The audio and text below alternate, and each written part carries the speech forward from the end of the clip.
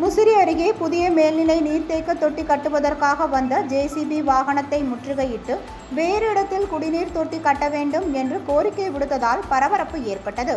திருச்சி மாவட்டம் கமலாபுரம் ஊராட்சிக்குட்பட்ட மின்னத்தம்பட்டி கிராமத்தில் மாரியம்மன் கோவில் அருகே உள்ள மேல்நிலை நீர்த்தேக்க தொட்டி மூலம் அப்பகுதி மக்களுக்கு குடிநீர் வழங்கப்பட்டு வருகிறது. இந்த மேல்நிலை நீர்த்தேக்க தொட்டி பழுதடைந்த நிலையில் இருப்பதால் புதிய மேல்நிலை நீர்த்தேக்க தொட்டி கட்டுவதற்கு அனுமதி வழங்கப்பட்டுள்ளது. இதையடுத்து புதிய மேல்நிலை நீர்த்தேக்க தொட்டி கட்டும் பணி தொடங்குவதற்காக ஜேசிபி பெக்லைன் வாகனம் வந்துள்ளது.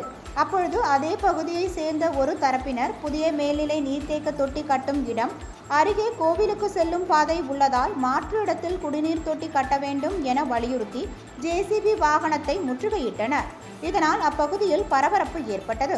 இதுகுறித்து தகவல் அறிந்ததும் தொட்டியம் போலீசார் விரைந்து வந்து பொதுமக்களை சமாதானப்படுத்தினர். இதனால் அங்கு பரபரப்பு நிலவியது.